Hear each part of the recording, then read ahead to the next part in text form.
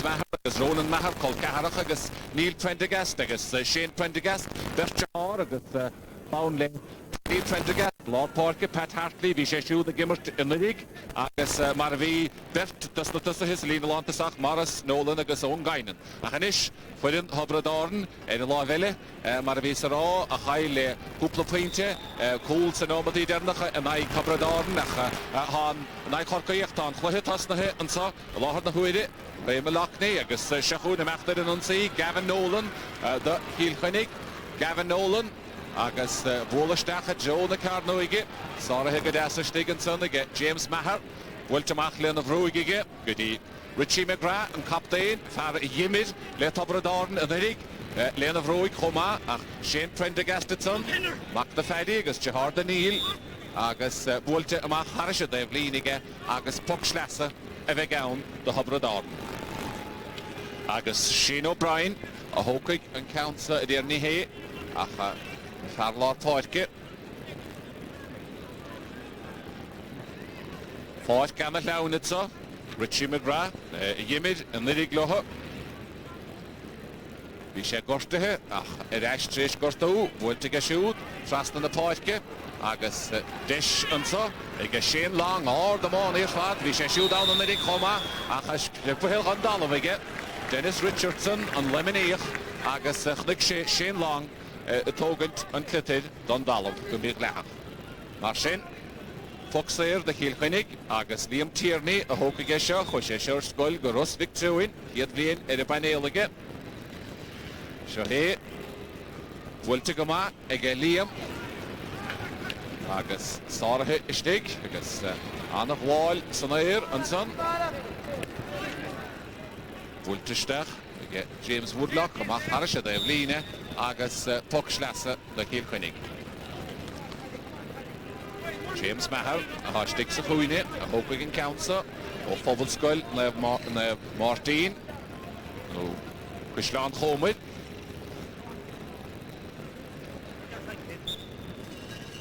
Gan ein scór fós an fáis ganach leabhain. Bhfuilte agus fachta go dasan san ige Joey Malachny ach mach Harisha de Vlíne báta bháin eile. Joey Malachny ó Bhuamídára ó Gánach an TSO géire báid cfé séimlí an a díag ige Tobradorn agus dar nótá Paran óga ige Kilkenny chomá Richard Hogan a stig sa chuine a sé siúd fé séimlí an a díag chomá agus dyrstar mar a bhí Oliver níos túisce go ben hiad DJ Kerry le Colcahare agus Jahar le Patrick a ha Mohalár Páitge Schlitter sleaunathe an san ó Ray Malachny agus fachta go dasan san ige Jim Bob James McCarthy bhfuilte ige sin ach an Schlitter amach amach Harisha de Vlíne anna vinnig ar fad ach sínte ar a dalamh an sa duine do imiróidí I Kilkenny agus Jaall Roch go bhfuil sé gortathe bheith go meach deise gan éis sin ag iscin a ríist ar a dalamh an san agus Bertúr an uasaid agus gortathe ach éteach chuig go héin Gavin Nolan Tacathe chuig go héin Córlaí seo chu raibh sin éon sanna Fobalscoil Cuislán Chomid go déon sé siúdán agus an bhainisteoid an san agus caint an bráthar Damien Brennan lenar an óidí anna lua san imirt chun éanatharaithe I dhéanamh fós Puckschlassa an sa bhfuilte ige Neil Prendergast Steach Láslí agus Luther Étarbeag ach fachta go deas ige Richie Hogan seo hentó gánach agus Foxair gnóthaithe ige Richard Hogan agus cógáardachas leis ar a lábrethe rá Foxair go dísa ige Kilkenny agus deisico béidir an hiad scór a gáiltan sa in aig na gaoithe Socrte ar a dalamh an sa an ili gír go maith Morris Nolan ach drucheann bhfuilte ige Morris Morris a bhí ann an irig duine an dúra immer le Kilkenny an irig a bhuic raibh na héan Morris Nolan ón Gainan agus Pat Hartley ach an miá le Morris an Baltason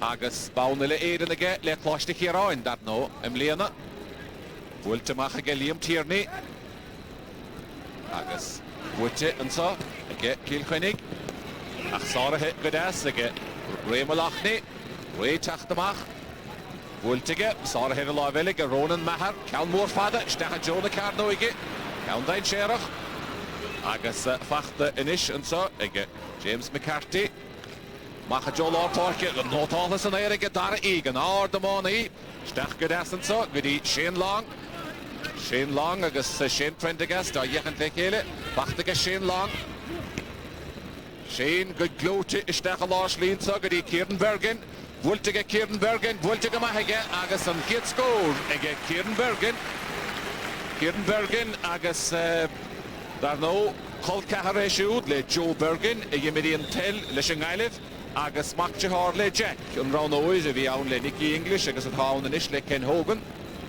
mar sin Bocamach bhuilte Harris Lord na Páidce agus sáirithe Joey Malachny Abradáden achar ar an ón saoige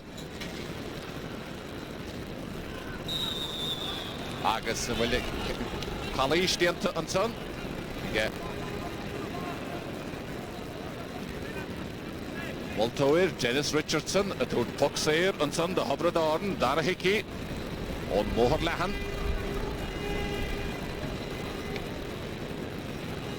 Cén sé siúd go dtí na bráidig tíosnaí i gaiisiil agus dimar sé an irig le Abradáden chomá bhuiltige le códa gaíthe agus ceann má Harris a drasnáin dar a hici an bháisteach a tiitimid sa níos trimime agus an ré is séide níos seise chomá agus áis scórála ige Abradáden agus í take hidír ar a dáis Liam Tierney Macha Joe Lord na Páidce go deas agus Kilkenny agus an tógánach Richard Hogan seo héag mechtasteach pas glóte seans a chól an bhaise a sí leite cólatson ag Gavin Nolan a scórála Richard Hogan na chud an taschaige agus ceapas crefid deis be hiúig ach bhíoch na raibh Richard Hogan an tógánach ar a láibrethe mecht leis isteach agus Annach lútear fad an pas a bheras an son go dtí Gavin Nolan leag siar dúis éireach fanna talún isteach an líon táir. Mar sin an aig na gaíthe agus Kilkenny agus a gceannchan cín ar éigean acu. Fanna taobh líne bhuilte an son ige Eddie O'Donoghue ach bhuilte isteach ige Richie McGrath achtastig ige Liam Tierney Irish Lord na Páidce agus the déanamh go maith an son de Kilkenny Pat Hartley isteach a Jóna Carnóige ach planta amach í Lord na Páidce Paracéide go deas dar a ígan ach puchlesa de Kilkenny agus Neil Prendergast gortathe Neil ar a dalamh an son agus bhuiile fachtaige agus tá gomh ar an Rán óir leis an muir taobh líne ná gnéine mar gheallad mar tá Neil Prendergast gortathe. Tehar le dáhí agus tehar le Shane dáhí bhí ann an irig agus siad chlán Paddy Prendergast an súracha an dochtúid is dóile mat son go raibh chnachad.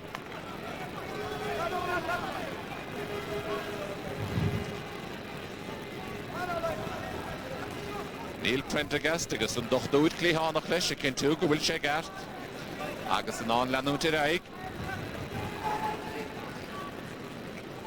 Fuid an óg ige Kilkenny go dhéadfará.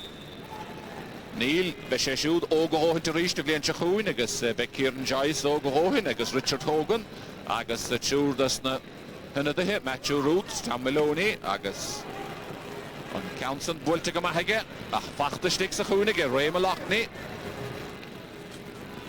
Muocht Jerensen agus fachta ríiste go dara ígan áir do mánaí agus skip sé Counson den dalamh ní géine de maltóid. Bhuilteach go deas ach deisin so ige Kieran Bergen Nachtíontar chéan agus sehé Shane Prendergast sáirithe áfach Shane O'Brien Nachtíontar Shane agus fachtaige Patrick Hogan ach sáirithe go deasa go Shane O'Brien ríist Teledóid agus amánaí agus mar sés na rialacha cóiailte.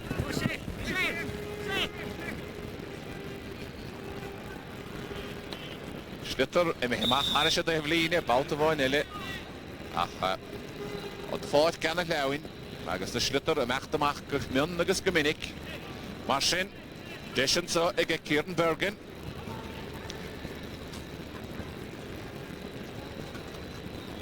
mar a bhís ará sé Jack Bergen a úncail agus Joe Yimerín leis an gaileh an Teledóid hol cehar bhfuilte an tadna deisige seo hé bhfuilte isteach a Joe taobh na láimhe clé agus an countson churamú an chéad count bóliagar ag Tubra Darden mar sin Liam Tierney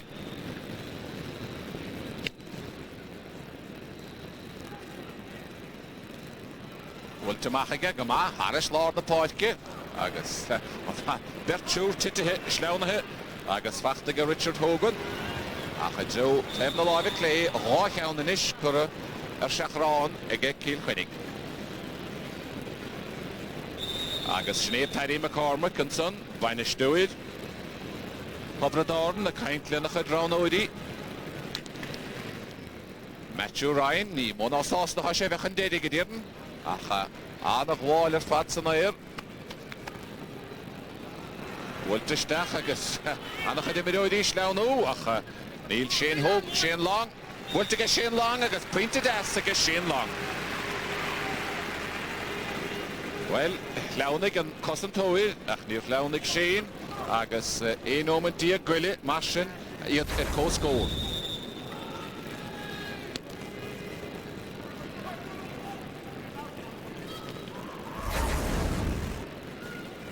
Anna bheirtaíocht díontaige Réma Loughney ach ní fada chuig agus seo an san tógánach Richard Hogan decha John ag ceann ar fad Pointe glóta fad í henúntas na winter hir chuinnig a bheithe caint ar an ógánach sa seo hé a ríist fachtan sanige go cumasach go glóta fad agus craindíireach ar is a drasnáin mar sin Matthew Ryan ó scoilnam ráthar an éanach a rúin amach go dtí Joe Dixon trasnach a meach trasna tá de Kilkenny tá Kieran Joyce antamach ag Kieran an slittar ar a dalamh agus caiige moltóid an slittar isteach atra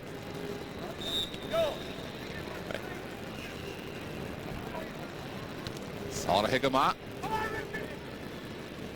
céoga countsa san éir ní bhuair éine Jackid smachtaráile Réma Loughney agus gan countsan meharháda a chuirid bachtaige Gavin Nolan agus iarracht coise sáirithe an sannaige Joey Loughney bachtaige deasaige Neil Prendergast Dechal Ashley bháil a rís a tógánach Richard Hogan bhuilte Richard agus bhuilte cumasach aige annach chluthir fada dhimartaige Richard Hogan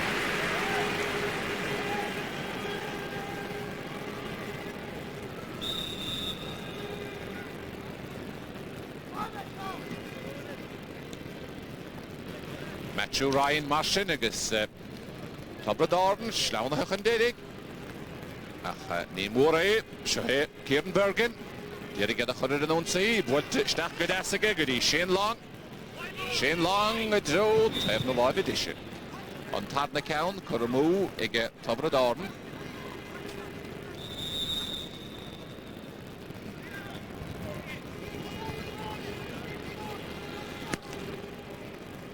Liam Tierney macha Joe Lord na páidce Tarek Hidditson, Joey Loughney ach sáirithe ag Ronan Maher bhfuilte Ronan Maher isteach go dtí Maurice Nolan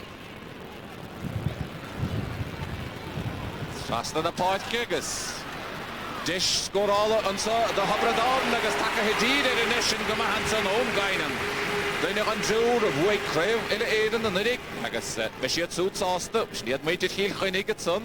Agus nadar ugmatig yn hatas yn branu eich bosti mach, nhw'n oedienig. Ach, o'n gainen.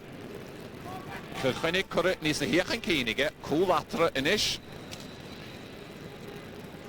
Cadagienig, Tabradorn, cyn tacht yr eisiau ha unta. Kilkenny yn uachtar, Patrick Hogan. Patrick Hogan, a bwla y Joe Tefna live edition, mar fel Ian Delaney. Agus Paul Delaney, a uncle siwd. Mechter yn o'n sy'n so, dar y hici. Stach aw, mi ole Shane Long at son. Dar y hici wyle counts yn trast yn chwyl agus Shane Long edrych ihel. Ed hwyd, cwyl, marsin 3 cyn, cwrmw gydisa ag y Tabradorn.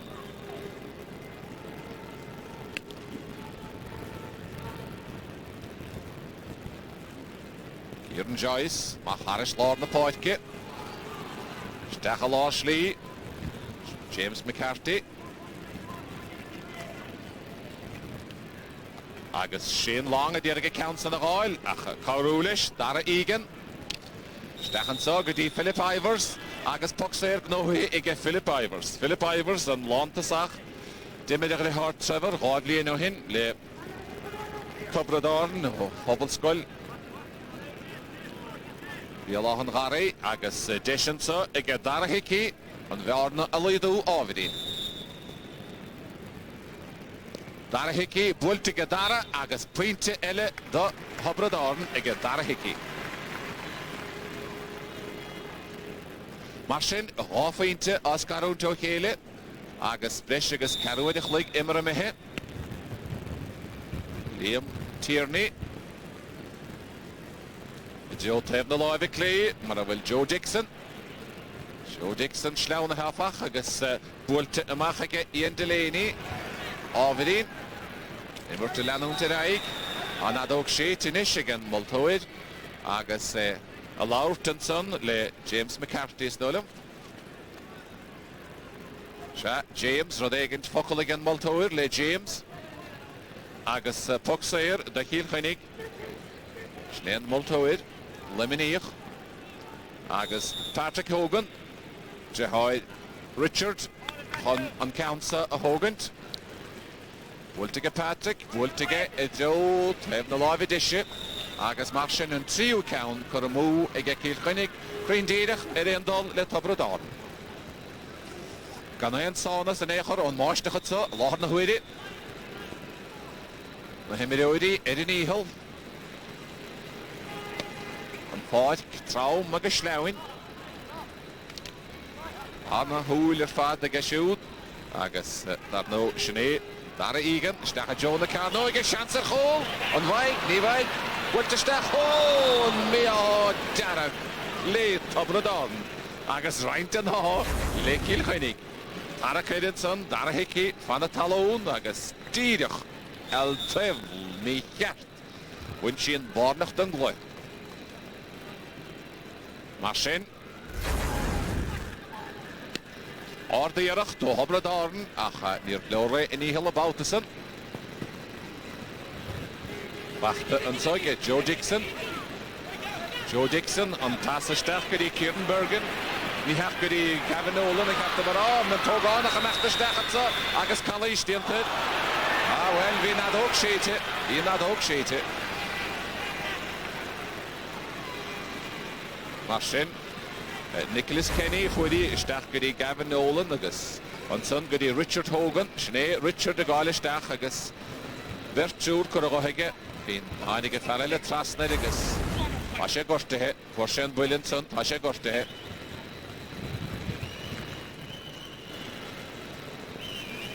Harfi hagimart gyda el. Richard Hogan. Gyda isa er y labre he.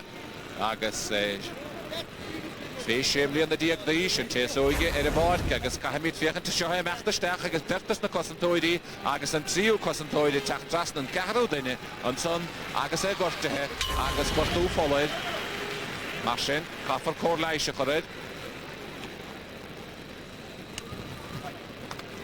ond come on Aja mw ond so agus sé dalhaanta chomá tá Joey Malachny ó gána chuile agus an bhfuil síntána techt chun Joey a bhétá nó bé Sean Ryan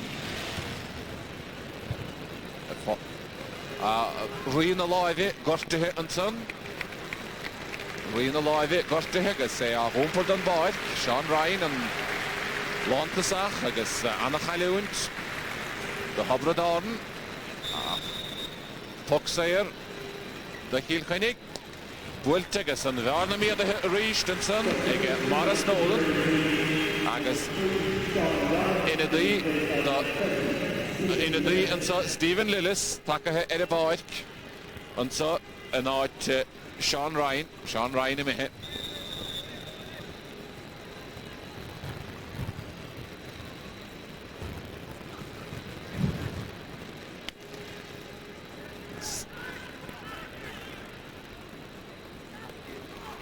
Marsin Kieran Bergen Istachatson agus sárathe cosint bha dianta stiganson ag Kieran Joyce búilte machaige go dtí Neil Prendergast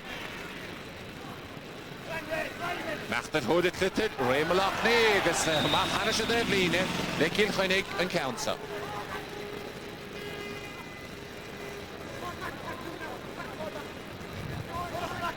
Mar sin Kilkenny sásta go má iad a gimar den aig na gaothe agus iad cúlchontasig breis agus fihinómatí imar a mithe. Neil Prendergast fear a bheith snéan taharú fear a bheith ógahóid chun imar a ríist ag Kilkenny an bhéintse chuin.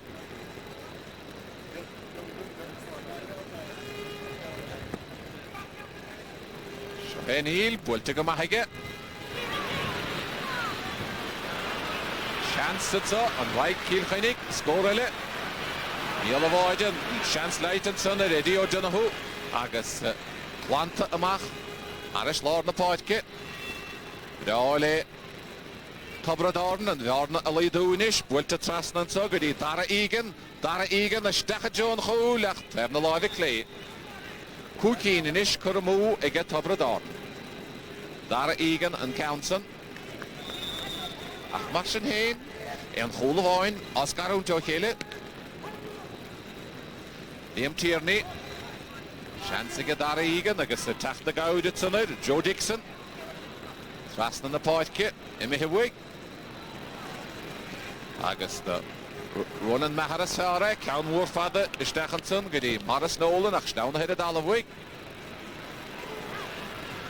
seansa lige mach go dtí an daobhsa well an cumán mithe bhuaig ach tá bhróig an son agus Shane O'Brien agus is peladóid é seo dimar sé na compromise rules na rialacha cóheilte an aig na hastráile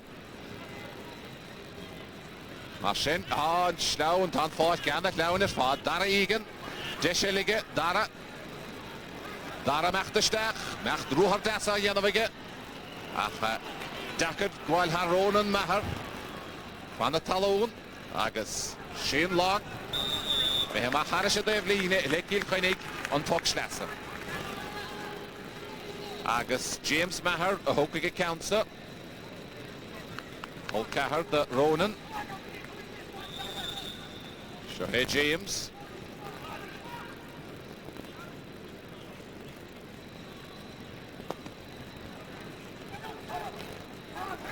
An a bhartaíocht an son dianta ag Joe Dixon. Seansaige Joe. Bhfuilte isteachige go dtí Philip Ivers ach an bhartaíonta ag Kieran Joyce. Kieran Joyce trasna na páidcin so go dtí Shane Prendergast. An fada agus meachtasteachad so Nicholas Kenny. Nicholas Kenny trasna an so go dtí Owen Guinan. Bhfuilte agus chur a haris a trasna an. Mar sin Kilkenny agus an bhearna míadathe Owen Guinan duine an dúr bhuaig seothe ríist an so Nicholas Kenny a fuair an slitar a bhfuil trasna go dtí Owen Guinan agus ní gin Owen Guinan in darúd.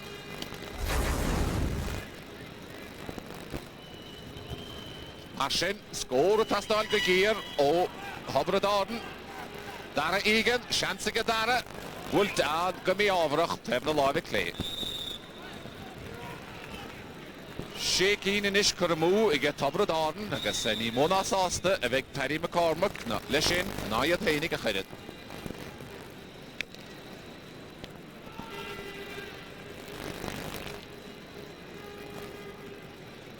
Scutar ar a dalamh agus fachta an sunna go James Woodlock. Bol tóir sa clíir. A nach bháil at sunna go Shane Long ardamán í Shane. Ach chalais déantar Shane. Mar sin lastig den lína cúg vedar agus dahad dis scorála ag a tobrad agus nóta déanta da enim an chosan tóran sun ag an multóid. Mar sin dis ag a tobrad an gárna a leidú gudí an chúla bháin agus dar a hici a hócaigh an council.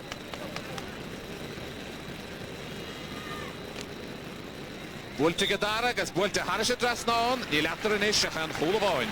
Dar a hici. Scoldam ráthar a gaisiil mún.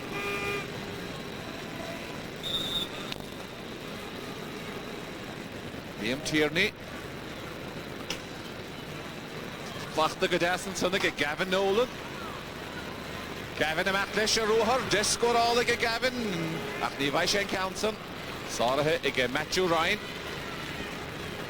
Matthew Ryan i Joe Tep na láimh idirse. Anna Iaccarini dhéanamh leis a slitar. Bhfuilte Joe Tevlin ag Joe Dixon. Ach sárathe. Stachalás lí ansa dí Patrick Hogan. Iarach súd sárathe chomá in a dalamh. Ón Gainen, sehe ón Gainen, for sé pointe des ó chéine, bhí leanna díar fad, cad a dhéana sé tá chalais déanta go ón Gainen. Mar sin focamach a bheith ann do hobrad áden. Céidir cín do focan na saoire, sehe ansa meachtasteach ón Gainen agus chalais déanta go, mar sin foc saoir do hobrad áden.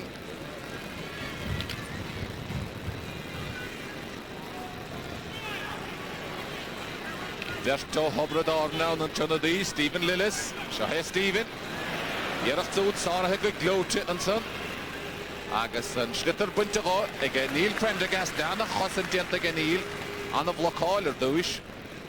Chosan bha. Antamach. Hóra go mohansan Maras Nolan a sé take himach fe'n báid. Hosta sé mar lánta sachach níl sé ána heile. Sinné dara Egan. Basta na páisce agus a ríist an son. Ronan, James Ronan Mahar, láidir go má. Hel, an bheith déanta cordéide ach de ní fad a chuig. I cosint na Kilkenny, James Mahar. Agus a dhéchantlis Shane Long. Slitar in a dalamh. Deisiansa ag Dara Hickey. Dara Hickey, stachalás lí. Well, sné, Jim Joyce. Ábharach go má a bádasan. Agus mach leis agus lascad an bróig. A sin, a teledóirí chomáile a mána heco. Agus deisiile ansa, ag ón Gainen. Ach roada him na láimh clé. Céir cín in is cura a mú ag Kilkenny.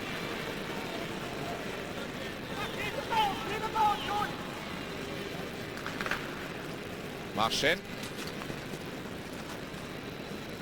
Matthew Ryan on the counter of Wollamach. Bhfuilte go Matthew, taobh na láimh idirse, díreach a counter na gháil, Kieran Bergen, sleanna huaig gafach, agus a cosint inis, Shane O'Brien.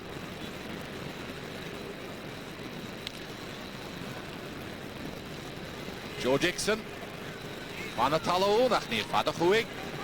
Agus an slitarach me a dána ísal an naik na gluíhiga Kilkenny, Gavin Nolan agus anna chóracansa idir é héin agus Joey Malachny, Gavin gáilisteach, Gavin Nolan anna lótar fad ag Gavin Nolan ach an pass go honcar didir.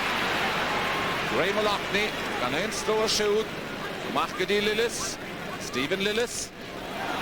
Iarach súd, sárathe go má ach seansail ag Stephen Lillis. Stephen Stachalás lí ach sinné James Mahar. James Mahar go dtí Neil Prendergast ar neistí James Mahar.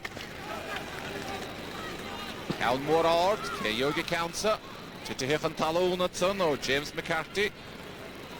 James Fanna Talon, Achni Fada Huig, Goody. Gavin Nolan, Agus Kalaisha Shoot. Martin.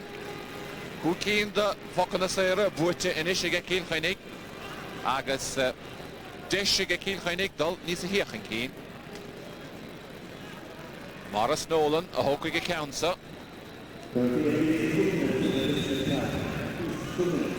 Rhinomet Dresche, Cadahe, Egan Maltoide Dresche. Morris Nolan, Agus Craville Aiden, Aga Shoodle, Nev Kiran. Cleavon, the Hamana, the Darno, Kilkenny. Shahe Morris, on Goodishe, Hedifinte Atra, and Ahuid. Morris Nolan, County Agus Wilted, Head the Live Edition, on Tulla Wilted, Stolemagan Gounson, Miavroch, Desheligin, Kukinish, Kura, and Bolieger, Egekil Fenig. Agus Fident Kilkenny-ish, Tachtestach, the Sheenchid, Agus Henry Shefflin, Darno, and Son, and Farger Evan Heintgelir, Mariaulet. Martin. The Minuid, a Cosset, the end of Gomahansa, Sekirla. At the Council, took a Hivuhaka, Gas Poxer, Vegown, the Hobradon. Kuki in the Fokanasera, Bute, Ege, Hobradon, Homa. Agus Shahuin.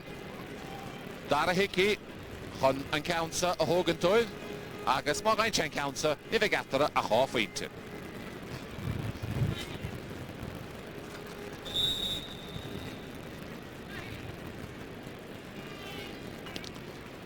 Darahiki, Bultiga shoot, Agus Sar Hestik again, Madoini, which I had a Rohini. Wultish Dachatson, Agus Jewel Cossentoidian son, Agus Canan Strora and Council of Lanamach, Kim Joyce, Mahajo, Lord Napoitke, Mohudson, Patrick Hogan, Kalish Dinter Patrick Hogan, Agus Puxer Gnohige, the Kilkenny. Martin Sheu Cown, again, Kilkenny. And Voidivine, Oscar to Hele, Egoni, Agus and Arger Dinaka Kalished, Patrick Hogan, Schnehenig, Hokugi Council. Jehari Nog Darno, Sticks a Hoine, Richard. Wultistachanson again, Goody, Gavin Nolan. And Adog Shete, again Maltoid, Agus Shene E, Tashe Lahama, and so, a Barca Croke, Agus. She had Kilkenny, Han Wachter, Shane Morris Nolan and Son, then you can do will Craville aid and again, the Minuid and Edic, a fog in the Potke, Agus yet Body Hutusik, Eglehama, Agus on score Eglehama, Hena Kuig, get Kilkenny, Cook Finte, Egat Tobradorn, Jim Carney.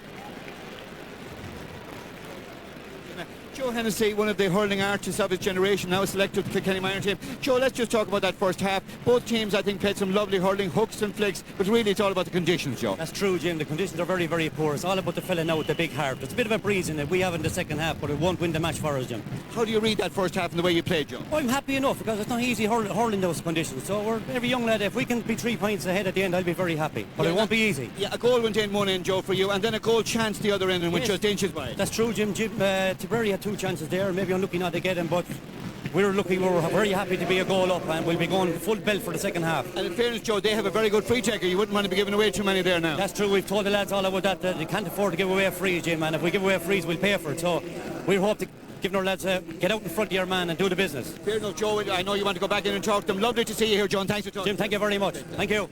And yeah. Yeah, it is nice to see Joe here. I was talking to Michael Walsh, former Kilkenny goalkeeper, a little bit earlier on. He's actually up here at the corporate level as well for the first time enjoying the match. Kilkenny team arriving then. We saw Henry Sheff a little bit earlier on. There's DJ and the rest of the lads, and of course manager Brian Cody getting set for this All-Ireland semi-final clash with Waterford this afternoon, arriving down under us here down in the Hogan stand and into the dressing room in preparation for the big match. Here in the minor game, it's Kilkenny leading Tipperary at half-time, 1-5, 2-5 points then. Sir Farrell's finally joined us, finally got out of the traffic. You're very welcome indeed. Kind of a slow all game. I mean, the weather conditions obviously aren't great here today. The game hasn't kind of sparked, and it's hardly likely to see it spark into too much life either. That's the way it's going to be, Michael. It's terrible conditions out there. It's like a skating rink. There's kind of the mist is blowing in. It reminds me up in the mountains somewhere. The lads are doing very well. Both teams are doing well to hold their feet at all. And I suppose the goal is the difference. Gavin Nolan's, he's a good player. Lovely little pass from Richie Hogan. Good goal. They're 3 points up. Kilkenny will be very happy at half time because they are playing against the breeze. But I feel if Tip play a bit more ground hurling, a bit more traditional kind of hurling, let it fly for Tipperary, they're still in the game with a good chance. They're in with a good chance, but looking at some of those Kilkenny forwards, Gerlach Nan, I think the rest of the country have a few more years of worry ahead of them as well. Yeah, you wonder did they engage in cloning down in Kilkenny already, because all the defenders look like Ger Henderson and most of their forwards look like DJ Carey. Now I know he's a few cousins playing there as well. Yeah. It's the class, I suppose. We don't all agree the two things today are physical strength is going to be a huge thing for both teams, but still the player with a bit of class will always show up, and that has been showing up for Kilkenny in the first half. Especially Patrick Hogan in the corner has been absolutely outstanding whenever the ball came his way. But it just shows you what kind of it points to what kind of a senior game. I said dour, hard struggle, wind across the field, a lot of line balls, a lot of stoppages in play. There'll be a lot of hard physical contests in the game coming up later on. Not a great minor game, but at the same time as good as could be expected in these conditions. Well, I think that's just about right. Some nice touches in that first half. There was a good goal as well. We'll have a look at that after the break.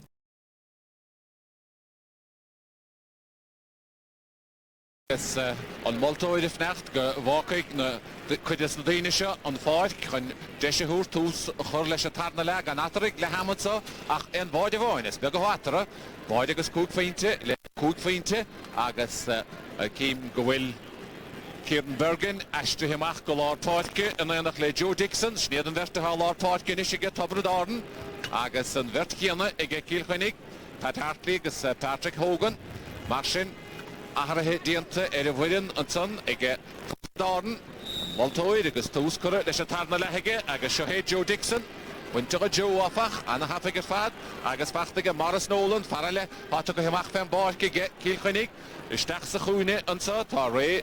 Malotny Achtige Ray Wiltig Machat Sohige Goody Richie McGrath Richie Mach Harris Lord the Portke Achtig Godasan so again Neil Prendergast the Kilkenny Agasiat Curra Edinon Siga as Richard Stachat so Morris Gavin Nolan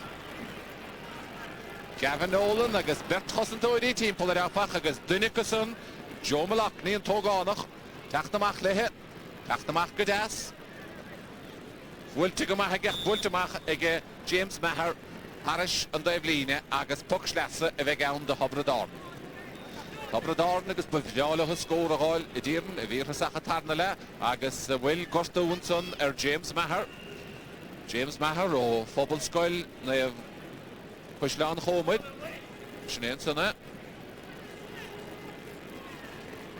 Horleish Achor James Maher Marshin and Multoid and so Agus Shnen Glass no Commerside Hagen and so Barker Croke Agus here at the ground with Desha Hurta Laut Lesha Devline Achta Corleish Gona Achor James Maher Edit Alabit so or Fobelskoil Hushlan Homid Martin Nimmer Lannon Tereig and Horleish Correa agus Dishton the Vlockall Fad Dienton Nachtan Tarna Dishon so Shane Long Schdown headed Allo Shohe Shane in the old Blasco pool Wood to Gadasiga Shane Achsor Hegamahastig Liam Tierney Lantamachige Dishfos of Achige Dara Egan agus an Illy Girgama Tach the Goud at so head Kieran Bergen Shohe Kieran had a Yannick Kieran Count more odd wood to get Kieran agus wood to get Kieran Godas pointed ass to get Kieran Bergen.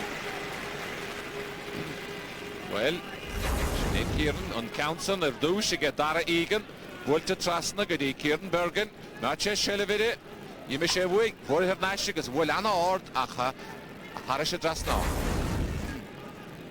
Eovidin Gorte Kieran Bergen Acha Takahi Hen Marshin Ganatra Ach Offinte Kieran and Son Achtamachers Kishgamberg Vakayan Liam Tierney Harris Lord of Portke and Son Goody Patrick Hogan, Howler the Valley on Balk. Sarah Higadasa, Shane O'Brien.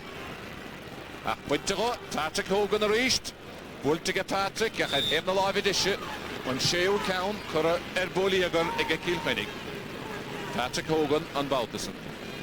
Agus in the year Tachan Parkinson, Matthew Root.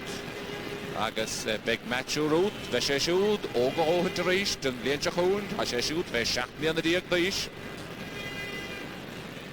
O'Hummon, James Stevens, Nichetaka Hefos, Matthew Ryan, Martin, the Hobra Darden. Schaunachan Talonatson, Agus Schneeronen Mahar. Count Fada, Bultiga Ronan, Derek Counts in the Hall, Shane O'Brien. Berto Kilkenny in the Shown, Agus and Schlitter in the Hell again. Sarah Nation, Richard Hogan, Roada, Ederimal Toid, Kenny Roadiga. Shane Agus Richard Hogan, Agus Ingilekitson Lish, Shane O'Brien.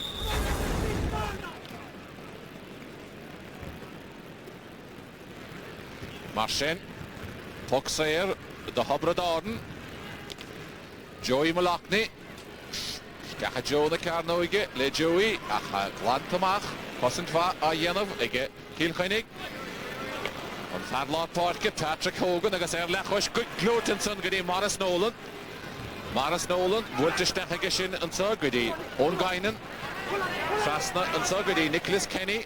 Gent a gadasig Nicholas mi Avrach a Mach Harish a Devline. Ach, es le Schneen beine Studenson und Braher Damien. Agus. Well, Hasig which had half a Tichantusig Edeloid. Kenny Harage, le Patrick Hogan. If I start in Jahadi Hoog Vaders, neither, best again. Patrick Hogan, trasting in the Poitke. Clanta Amach, agus Shohe, Joey Malachny. Wultigamach Joey, Nike Nagihe. Dara Egan, agus James Maharatson. James Maharova, Fachtiga James Edidalov. Agus Wultiga James, Gama, agus Coravaras Homa, Goody Patrick Hogan. Stachanish, Goody in the Holaki, Pat Hartley. Drachaun, Sarah Iga Shane O'Brien. Shane in Ishimach the Ruher. Klanta trust in the point Gigas Puxnassa the Hobradon. Agus in the Hobradon.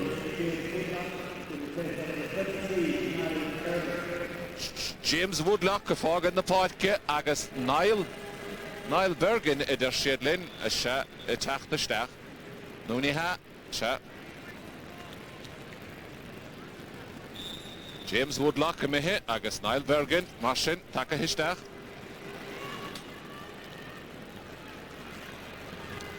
Kilkenny ge Cossent, agus a Cossent Gamarov, Neil Prendergast. Pat Hartley. Shohe Pat, Svanna Tevline. Wultestachige, ach Fachte and so, again, in the day, Niall Bergen.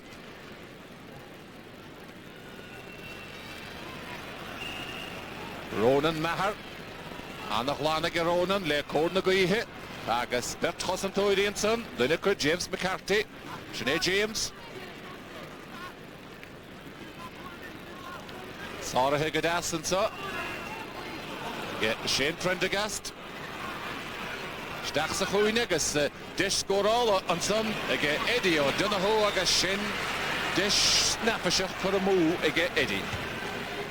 On Shachdu Cown, the Stoilum, Kuramu and son, again Kilkenny.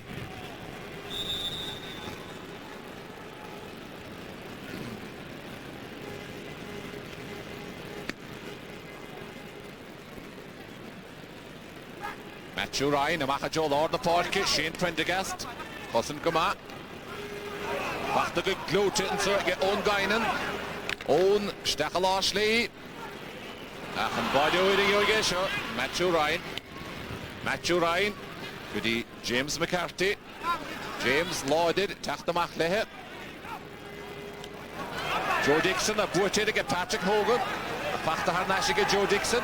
No well Neil an a talún a sé córa fós an com hán mehemwig an adóg séite agus tarcíl chuinnig dalam agus gortathe mar sin ón gainan atá sin son an chóra go bhíidir Joe Dixon agus ón gainan agus ón dalam agus gortathe mar sin duine an drúr a dhiimid in rig a gluthe canis na héireann agus a bhuaig ón gainan take chuige hen ó scoilnam ráthir a gcéil chuinnig agus sin iad na níon bháisteach agat níad na hataí agus an pleisteach nó timpealra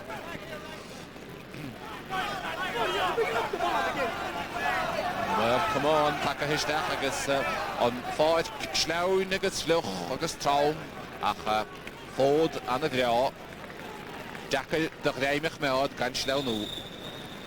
Joe Malachny mar sin ó bhuaimí bheara man a count a thógant. Bhí sé siúd ar a banéal an rig agus tá sé fé séimlí an a díag fós. An a count is decha Joe na carnóige. Chance ar chól an méán son. Well, bhí chance ar chólaige. Dar igen an is fan a talún se he dara. Bhúilte machchan tunnige go dtí Shane Long. Chance ar a scór. Bwlte stach agus bwlte har sé dras ná agus Kieran Bergen ach bhí seans ar chól agus Stephen Lillis. Sné Kieran Bergen a fuaid an pointe agus san is ní letara ach seo he an slitter istigad san bhíanna hansa san agus Shane Lillis ach bhí sé mí ábhrach agus dara igen an san sné dara bhfuil dara an countsan trasna an san agus an pointe fachta in an loir ige Kieran Bergen ach an immort a leanún tiraig agus tabradár le an ónsaí gcónaí ach sára heigad ega James Maher go dtíon dabhaile ach seohé Shane O'Brien mar a bheras aige na himiróidí ar an íhil agus an fáid gan a leabhain Ronan Maher do Kilkenny agus anam a teachtan immort inis leis anam a teachtan immort a ríist Ronan Maher de sé lige Gydín defel an báid agus an son farale ha cosan goma Shane O'Brien a cha sé le ómsaí an sa heige bert imiróidí agus an titi henú a siri agus an bainistóid an son Damien Brennan agus well gortú an son choma Ray Malachny sné Paddy McCormack an sa bainistóid Obradorn agus cainted son bhí Vincent McKenna, James E. Ivers agus Philip Ryan ach seohé an gortú sné an son Shane O'Brien agus Eddie O'Donoghue agus an fear gortíoch Ray Malachny an son sné Ray mar sin cóirlaid se chur a Ray Pointe bháin atara mar a cínsibh beag go atara teachtan ír dianta go Obradorn sa tarna le an éon scór fós aimsí hiige Kilkenny agus an dochtúid agus cóirlaid se churige Ray Malachny a sé ceart go leor be sé siúd ó go óhaid a ríiste blianta chuún bhí sé a banéal an idig chomá ach deisinis sé go Kilkenny ag an lá Maras Nolan bhfuilte go Maras ach bhfuilte go hó ceann eile chur a mú go Kilkenny an tochtú ceann na seansanna agar a mú go Kilkenny rud nach náthach mar sin anna gheis ige Obradorn fós an sa gan atara an immert idir a cháceanna meá gan atarach an 20 bháin Matthew Ryan ce bhú heige ceansa ce joga chéad scór eile seo hen fadlár páidce Richie McGrath Tar a gimmer le Obradorn an idir captain a fórna bheachtaíonn vertige imeach leis bhfuilte isteach an sannaige go dtíon ina dí Niall Bergen Niall a córa go má bir timpeall ar Niall chomá tríú fearan is agus anna dheacaige gan seileh chaúnteach bhecht take gáid a chéin luútar rétar ar a dalamh caiige moltóid an slitar isteach atra mar sin áineomatíag don tarna le imethe agus gan éon scór fós ige Kilkenny sa tarna le ina dí eile de Obradorn Philip Ivers a fágan na páidce agus Colm Larkin take ar a báid ina áit Philip san na mecht agus Colm a techt Marsin, caige moltóid isteach atra, isteach léthe, agus fachtagan in a dí, Niall Bergin, imithe buig, Shane Prendergast a córa, bhfuilte má charise de blíine agus le Kilkenny an council. Pogslasta de Kilkenny an hoi nachtúnsa an bháisteach a siúhéide, a míid ar le píní ceart a báitin so. Seachúinis, Shane Prendergast. Ach an moltóid aráile ho cúlú siar. Sí vedar diag, on Schlitter, on Varaha Togent and Quicksayer. Wel tigegas orda hige ach haum am acharisha devline a hef hei.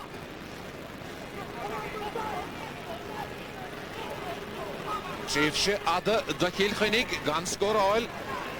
Áfeinte fachta sa tréfse sin igas na topradig. Had a dhéana siad inis, seansa go dul in únsaí, Richie McGrath, Dracheann, Anna Dracheann, Sarah Hinson Morris Nolan. Ach léamh má diantaide, haulir a bhile I gur Ray Malachny. Ray teachtamach cosan áirde agus builtisteach sunnaige go dtí Shane Long. Imithe bhuaig agus anna chosanta a dhéanamh James Maher, James ar a dalamh, bhuile fachtaige James agus tuxéir gnóthaige. Anna chosanta dhéanamh James a stig sa chúine bhoi. Agus an báidúid a teachtamach Liam Tierney chun an countsa a thógant. Mar sin an tochtú tuxéir ansa do Kilkenny agus an báidúid Liam Tierney. Dín líne cúgvedar agus dachad gaulis, cosint waha dhéanamh sa tarna lechansa ige tabradáran go dísa. Vai Kilkenny a chiad scóratsa sa tarna le, Nicholas Kenny, ní bheith sé fada hóhin.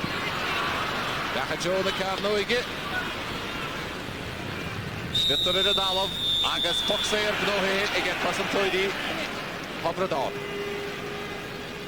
Mar sin, tucamach faoisib de tabradáran, a pointe bháin chundédig. Ganach cahab na tingine atra, anna jacar daimánach in immert. Matthew Root inis teach chuntáilce do Kilkenny agus imithe ansa Eddie O'Donoghue. Eddie O'Donoghue imithe. Mar sin, Matthew Ryan. Snéan son an tachrú hadiantacha. Schlitter in a dalamh annach a glútar hétar in a dalamh at sahanú. Agus ní na hamánathe ógahan locht, Snéan son, Neil Prendergast. Trasna, fachtan is ige Pat Hartley. Pat Hartley agus éidir an council na stúrú, ach is éidir Richard Hogan a raimsú ach hepid. Fachta in is ige Neil Prendergast.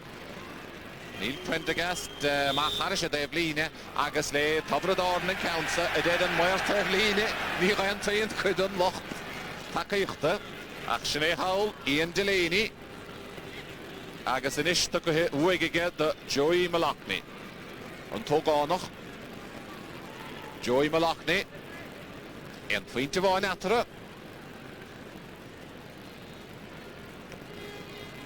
Decha láslí Joe Dixon a córach, teachta gaudid, Richie McGrath. Fachta inisige Gavin Nolan, Gavin Imaclish, Shansiga Gavin. Well to good close down the wall again Richard Hogan, Shahan Toganach, Maclish isteach Richard Hogan, Wultiga Richard, agus an hit faintas a Tarnala, again Richard Hogan, on Teso we get a ball kick a Kilkenny. Sinead Sonaya. Leanna sé, gaiire sé na hasamh, leanna sé na huaid, agus bhí túr timpeaid agus tásaige cabhail na cuailí. Mar sin, tá áfainte atra ina huaid, ach cénaid a thug sé Kilkenny an seachtnómatí agus dahad imithe an sásta tarna leas a bhd ar a géad scór. Támán imithe san áiritsa, an Schlitter agus Shane Prendergast. Sáirithe ar an láimheilit agus Shane O'Brien, sinné Shane, hart siúr na jaugin éir. Dar críomhóid amach leis, lean a bhróig a charis a déh líne.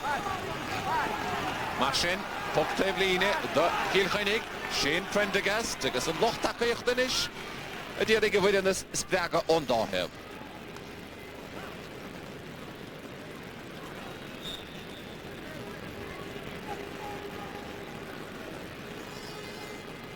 Shane Prendergast, Stachel Ashley, Corricanson, Richie McGrath, a contributor at Adala, Hashi Stolum, Ega Shane O'Brien, Bachta Inish, Ega Ray Malachny, Stach Goody, James McCarthy, James Fevreau, Batoon Dientagagas, and Toganachs and Reish, Quintel, Ega Richard Hogan. Oh, Kadema Law, Richard Hogan.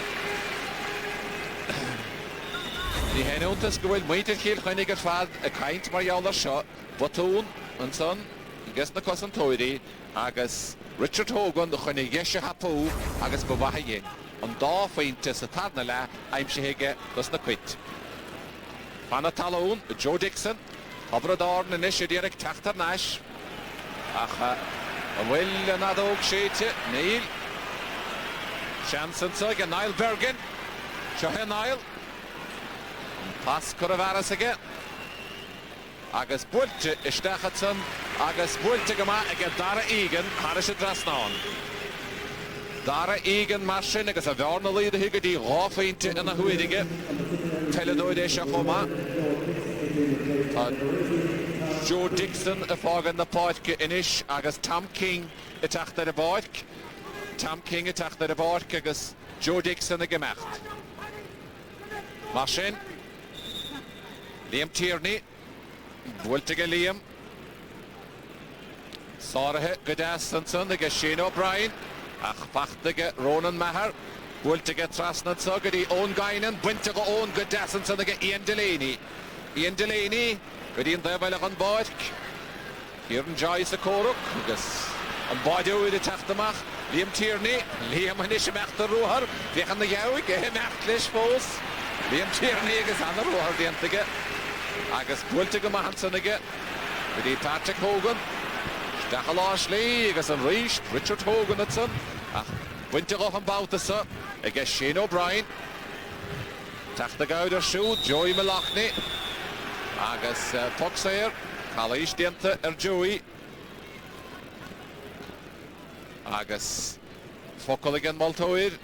Marjaul Eric Galishin, the Dearn, the own guy in the Dearn. Own Guinan and Malto de Kindlesh, my other Galatian. Near or Hodro Warrant, a captain. Joey Malachny, Edadal of Agoni, Ogonoch, Fishimly on the Diag. Agus Anamoni, we said by nail on the dig.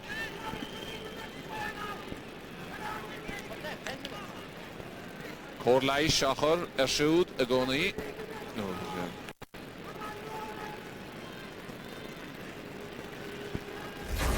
Agus Desh Elegant, Fiachanted, Tachtamach and son, a Schlitter, agus Bully Fachtige, and now this my other shin, Joe Malachny, and Tesoige Edabard, Giga, Tobra Dorn, Agus Bologum Ovintessa Modelige, Agus Shat, one of the elite here, Goyle, Contachan Potke and Soshine, David Patterson, Agus, well, ni host of a hit, so I know, but on Bosch the Titum, Hasha Four. Joe Malachny, Fos, agus Corlai Shachar sin. Mar sin, an Tom Mislaunú leis so, agus Kilkenny, agus Graimach meád a bharas báracha, ó háfainte chuntasig a láthar na huide. Agus na scóran na Anna Ishil, dar nó, tá sé dacad scóráil an so, nuair a chan fáid cóislaun. Taka hege hen gama agus an toxer toke ige Joey Malachny. Wolte gama hege han of Lockhoil fad Dienta an son ige Neil Prendergast agus an Schnitter Cwrfaras ige gudi Patrick Hogan. Patrick Hogan a stacha Joan Cholan a feint ige Patrick Hogan. Conan Sporada an Panma Parke Sinénsana. Mwytir Hogan a stoile marsin a Jehara chugwyl na sgôr na'r ffad fachta cos y tad na la anta da Kilkenny. Patrick agus Richard. Agus na deisina tóca hico agus tóca higa mahaca. Marsin tá cúl atara. Agus an táw ma slaunú leis sy'r Kilkenny agus siachwyn i mechtastachan sa Owen Guinan. Wynt aga ma ach puc slasa gnóhige da Kilkenny. Agus a fadlar Portke, Patrick Hogan and Farfwyd on pointe inspiráideach san do Kilkenny a hógaige council.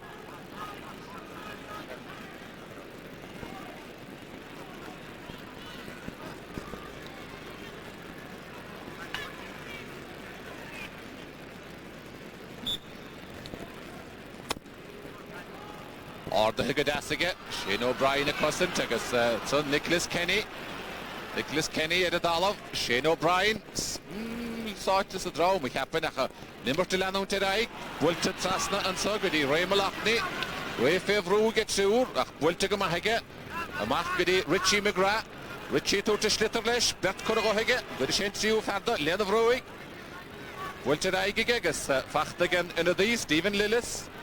Dara Egan, Mihewig. Shanson so, ige Pat Hartley. Pat Hartley di Patrick Hogan. Patrick, Schlaunahe. Ach, Schneemer ha, ige Law. Bwilta stachige, die nach die haid, ach Bwilta go istig, ige Joey Malachny. Joey Malachny nish, agus anach wallet sunnige Eamon Walsh, ach Schlaunahe Wig. Shane Lange die ige counts in the oil, ach Pachtad son, ach Hallish die Pat Hartley. Nicky Multoide, agus Marshin, Ronan Maher, Raider, agus Badio de Tachtamach, Liam Tierney chun counts a Hogant. Nuigin the fuck on the Serenish, Bute ige Kilkenny and so, agus an Taumish Launole, Shano Shachtanomati Foka, agus Ruherosh, Lake Kilkenny, Woman Mahasara, Moravayan, Obradorn, Cole, Liam Tierney. Count more father, Gadian, the Valley on board, K.O. get score. Shanson, so again Nicholas Kenny, Buntero. Agus attack the Mach Lehenson, be James McCarthy. Agus, well, Fachte initiate, so again Patrick Hogan. Patrick Hogan, count more or they live well to get Patrick and Meshion, Ivik, and Jihad sticks the Huine, Agus, Foss, Shansige, Richard Foss, goal of Fachtige. Nietzsche could have done Anna, Ede Megan again, Bultiga Gloach and Sunniga, Maris Nolan, Agas Bultiga Hulkiga, Maris Nolan off, Agas and Neo count, Kura Amu, again Kilkenny. Ach, or Kilkenny, Hulkinki, Need Parker, Ach, good number 3. Matthew Ryan, Agas and Tinnedy and Son, Tom King, Stacha John Huinach and Machle James Maher. Anna Roharige James, Hanschlitter Buntigo Hoffach, Agus Fachtad Sugge, Colum Larkin, Agus Gietchlohele, that no, Lahorchesh 3 and Cal Moore, Kilkenny Agus Potloige, Ach Shachuin, Tom King, Stachajo, Emil Nacarnoige, Guardian Tagamahage, Eamon Walshinson, Wultemach, Count 4 Hochtach, Joan Tevlin, Agus Kilkenny, give up to the house in his Fanat Talon, Agus Shahe, Own Guinan. Own Guinan and Atlish, Gwain the Kill, the Goilishta, Ach Heroada, Ed Multoid, me overach, the Nehorten counts in the Wallishta, in Tritter Umpra Heroada get a Dota Multoid. Marshen, Kinship Naffel Falkach, Kedinomatee, Agus, Ruherosh, Lake Kilkenny, Goodisa, and Vaik, Tobradorn, and Cole, Tastalwaha. Joey Malachny. Stachlesh, Joe Nacarnoige. Went to Trasnaga, Shane Prendergast.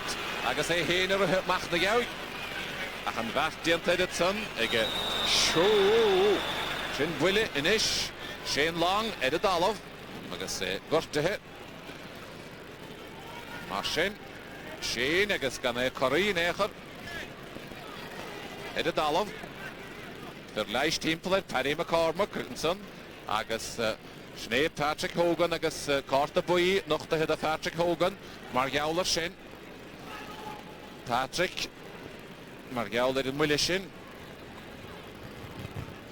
Agus Corlaish after a gona yet, agus Shohe Rishte, and son, Dierig and Schlitter, Hogan Ditson, Shane Long, agus and Willie Fachte, and son again, oh Patrick Hogan, agus she him fish the captain, agus Marshin, Schneenson, Patrick Hogan, agus and Multoide Kintuga will Shane Long in the cat, agus Toilish, Arna Amani, Shane Long, Puxair, agus Dara Hickey, Amani Mahele, when the counts Hogan to Jala when ish score all, Hashetas Dal, Wahamar, Fiaka de Naum, Fiaka de Glog, agus Fiaka de Vara, a Bula, Dara Hickey, Wultiga Dara, Ha, Drachown, the Yanasheshin Igno. Dara Hickey Marshin, ni Mona Sauce the Hashe, oh, Skuldam Rohar, Gashel, Nidig, Visha Gimmerton Nidigloho, on Mohar Lahan, agus Shachkin Kuramugadisa, Eget Tobradorn. Arshin. Liam Tierney, Ruhirosh, Le Kilkenny Gadisa, coming to Mahasara, Agus Shahe, Ray Malakni, Nihak Shahe, Yemen Walcha Korukdul, Yemen Walcha Kosset, Edith Dalov and so, Darahiki, Will Elle, Fakta and so, they get Far Kilkenny, Shinit Tanale did it, and Patrick Hogan. An Farla Parkin, Farfwit, Point, Anna Inspirada, Fadov, Satarnala, Agus and Jahad August, the Anthony's Far Fosagashin, Richard, Agus Ravlianelle, Nananda Sood, Marvin Oud, Agus Patrick Hennig, Hokwig Council, Gan Falkinish, Nomad No. They fight Brescia, Ekadogi Maltoidis, Gargame Hessagan, Patrick Hogan. Count Moore, David Bueltige Patrick. Stacha Joe na Carnoige, Pachta Stigig and Modoid, Matthew Ryan, Planta Mahaga Matthew, Joe and Tevline, Agus Fachta Howlige Pat Hartley, Stachle Richt, Schlitter Edalov, Edalov Fos, Shane O'Brien a Koruk, Agus Pachtan Son again, Varlor Poitke, Richie McGrath. Richie McGrath, a Bollerig, Chance, Duck Chancellor, Vegge, Tobradorn, Shahe, James Maher, the Kilkenny, Maran Chet Scorele, Coming on Mahasig Afterach, Nietzsche Fachta Fosaka, Shahe, Ray Malakni, Ray Machleshinish, Kadiyana Shelley, Walter Stach, Sarah Herish and Sonega, James Maher, Aga Shane Prendergast, Shellevit, Foxer, Tochtach, Knohe, Aga Shane. Prendergast agus Shinsna second Dianach and Shane at a Dalov, Egortehe, Nietzsche Rogortehe, Shane Prendergast. 3 Nomati Brescia, Cadahe again Maltower, 3 Keen. Marshin, 3 Nomatele, Edoshagas Counts Blicky, 3 Nomati, get Kilkenny, Hein Graimach Mother Varaspar, no 3 Nomati, and get Tobradorn, Hein Cool Heimshoe, a Horamocha scored. Obey the chief into. Liam Tierney, when it counts a Hogant, a guy Eilish which had chief into Huntasik, Kevik a guy here Teddy, which Anna once and I again Nicholas Kenny, Kadiyana Shelley, Wiltigagas Anna, Look Oiler, Gavin Nolan, Fachta and Sonaga, Richie McGrath, Wiltamachagach, Shahe Patrick Hogan, Patrick Maclish and Stitter Haman. Patrick Foss, a Maclish, a Cousinar, the Patrick Hogan, and Common Yeri, Machta Stack the Fool, Ilana Gear, Agus and Stitter Winter Gohinish, Howlandson, against Shane O'Brien, Achamehema Harish at the Evelina, Agus their Tobradorn and Council. Well, Todd Nomutavoin, that's the cheeky in Mehe, or Count Falker in Ishiga Tobradorn. Masalo, any Cody Yellow, Ian Delaney, Shahe Ian. Mark Jahar, le Paul Delaney. Machajo, Lord the Poitke. Tarakere, Fanataloon. Hirdenbergen. Achsarahe. Agus Kilkenny, Derek Dollar and Unsi. Shane O'Brien, a cousin. Richie McGrath and Schlitter Dalov. Richie, Agus Callish, the entire Malto. Mashin, Kanan Hochtach. Agus Inedi, the Kilkenny. On Gainen.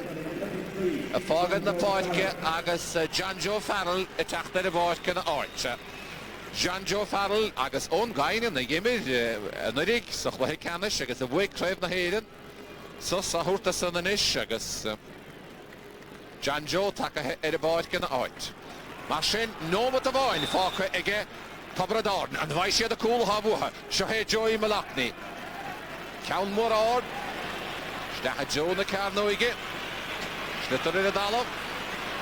Chance at Sahaka, Bede, Pinte, Arnohu. Bulte Ishtach, Agus Bulte, Harish at Rasnanig, Niall Bergen. And Varnally the Hinish, Gidi, Rafainte, Achfiach de Glock, Leno Mutfaka, Eget Tobradorn, Rafainte Forest Boy, the Gekil Liam Tierney, and the Council of Wollamach. Count Anna Hoch, the Hashfat, Kevuhek Shelleved Council. Wiltamachage, Liam Tierney, Macharish Lord the Poitke, the other Koruk, Fachtige, Shane O'Brien, the Hobradorn, and Chance Dernach Beded, Mehuha, Fachta had Nasharish the Cornwell, Neil Foss, Sachet Dacket, and the Yakid Kramer all in his little son off well. Bhfuilte macha Joe Tevlíne agus le Tobradar na Council. Na Trino Matimehe agus Nishnuriov, the Hobradar, Nishnuriov the Kilkenny, Graimich Maud, Graiman the devoted the dog for Intiga Kilkenny, Richie McGrath, Drakown, Wiltiga, Martian Henig, Derige Council the All Champ King, Bachta and Eshigas, on Dish Dernach, Wiltigas Reish Tarish Drasnan and Son, again Varkian and Nilebergen, Offint as a Kalig and Nilebergen, I will share most Dianach, on Leno, but the question that she in Mehe is Kasul the Will, Agus Ain Fintivine, Forest Boyga Kilkenny, Agus Common Mahasa or I know Napoli Cochacown, Wiltima Agus Shane, on Vartian to get Kilkenny, not Cosset to Hello, Egan the Cup, get the Kalura. Iad Lúgáideach chana chaibh ná bedi Schiller a bheann an Fintivine achas Lóra agus dá big fá an Lúgáide háda chuidir anna óg Siúrdas na himiróidí agus Siúrdan Banéil ógan óhaid a ríiste blion se chuin agus craibhil éan buitan na dige chu agus Tobradáin agus iad Harabheith dímáchansa chana chaibh ná bedíist caiilte le an Fintivine agus Shréan son Neil Prendergast agus iad de bre baróige ar a chéile ansa Locht Kilkenny agus iad dóchas a chanis chomá gníana siad a bhert sa padnach lethe chomá agus an scór dernach atsa a barca Croke buirtige Kilkenny le Fintivine héna hoch de buinte ag a Tobradar agus Jim Carney ar a Devlíne As Gormaga the Reach be here. Brother Damien Brennan, Kilkenny manager. You know, it was very emotional for you there at the final whistle. You went out to meet the lads, to meet your fellow selectors. This clearly meant an awful lot to you. Absolutely, Jim. We were building a new team since last year. This team wasn't given much hope at the beginning of the year, probably not only around Ireland but in Kilkenny, but we had a point to prove.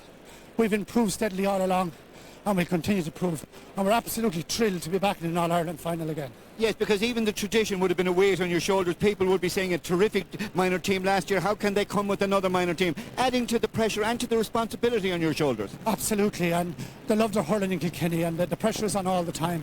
And as a non-Kilkenny person, I can see that every single day of the week. But they're lovely, they love their hurling, and it's absolutely brilliant for me to be involved with them. Now, I know you'd hate to single out lads, but there was a young man there playing top of the right for you, and he looks a special talent. Yes, Richie Hogan, he's actually 16 today. He's a special young man. He does nothing, he lives for hurling. He's going to be another DJ, and we look forward to him playing the All-Ireland final with us now first. Well, that's a lovely thought, and thanks very much for coming over to talk to us, and very best of luck to you. Thanks very much, Damien. Jim. Thank you very much indeed, Brother Damien. Congratulations, Arish. And with that, we go now to Michael Lester. Michael, it's yours. Jim Carney, thank you very much. So Kilkenny have wrapped up the minor match here at Croke Park. Just a single point in it. In the end, mind you, it was very close and very tense and all of that. However, they're through to the All-Ireland final against either Galway or Cork, who meet in next week's second semi-final. Who's going to win the senior game, though? Is it going to be Kilkenny or Waterford? Well, that, of course, is the big question. Here's a look at the Waterford team. They arrived just a short while ago there. I don't think I have my microphone on, do I? John Milan, Sorry, but excuse me, folks. I've been talking to myself there for the last 30 seconds or so. I see John Milan tugged out there in the rain, and there's no doubt that he will not play at the last minute. Yeah, I had a lovely conversation with myself there. My microphone was actually on the ground while I was telling you all that. What I was saying was Waterford had just arrived the last couple of minutes into Croke Park here. We saw Kilkenny arrive earlier on at half-time, actually, in that minor game. So they have been sitting down the dressing room for a long time, as they did in Thurles the last day as well. Brian Cody probably had the heat on as well, mind you, the dressing room. That's a pattern they've got into, I think, this year, going into the dressing room about an hour and a half before the game. So he obviously has them in there, away from all distractions, just getting their attention and focusing on what are the real important things now. I'm sure the conditions will be one of those things that he'll be, because he'll have watched the minor match there, he'll have seen all the slipping, he'll have seen all the line balls, he'll have seen how hard it is to get scores, and he'll have seen that the winning the game today is who's going to battle the hardest. Let's talk about this minor match, gentlemen, for a few minutes. As I said, there was close in the end, sir. I mean, Kilkenny always looked a better team, but the goal that they got in the first half, that was the vital score at the end of it all. Well, at the end of the ball, the goals today will be the vital scores, because Gerard said it's going to be probably low scoring, like, you know, plenty of ground. What will need to play ground ball. Here we're going to see the big difference here. Nice puck out here is caught midfield. Now, the Kilkenny midfield is very strong. Hartley and Patrick Hogan. Good grab here, little flick inside. goes into the danger man and says, young Richie Hogan. Now, he look realistically, he jinks a hand pass here, that's on to give it, sends a dummy, gives a beautiful hand pass in here to Gavin Nolan, who misses it first touch, but then bang, left-handed in the back of the net. And really, Michael, that goal was there all day. Because no matter how hard Tip, you see it again here, no matter how hard Tip tried, they didn't get the goal. They got plenty of points, and that was always ahead of them. Pulled it back to 1 point in, but that really was the goal, the score that won it for Kilkenny.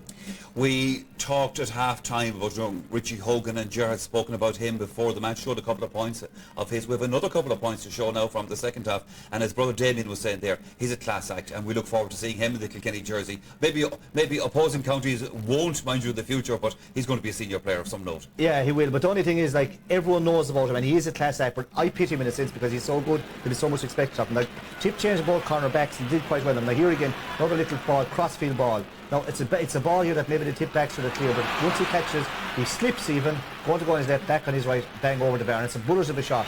Mind you, reminiscent of DJ, but you see again, he's on it. This ball should have been cleared here now. Deep possessive fella here, hustles and hassles. This will eventually come to him again. The minute he gets a chance, knows where the posts are, little flick over the bar again, right hand again, but he has left as well. Now he's a rare talent, there's no doubt about that, but I'd love his brother midfield as well, but yeah, he has that. You know, there's going to be turbo pressure everywhere he goes, and you're going to have an odd corner back taking a lump out of him as well. So I remember back in the early 90s, I think it was, seeing DJ Carey playing for St Kieran's College down in Portlaoise, and he was a special talent that day. Didn't seem to bother him too much over the years, but he handled it all right, I have to say. Okay, folks, we're going to take a commercial break. We're back after that with more on the All-Ireland Senior Hurling semi-final. That's the defending champions Kilkenny against this year's Munster Hurling champions, Waterford.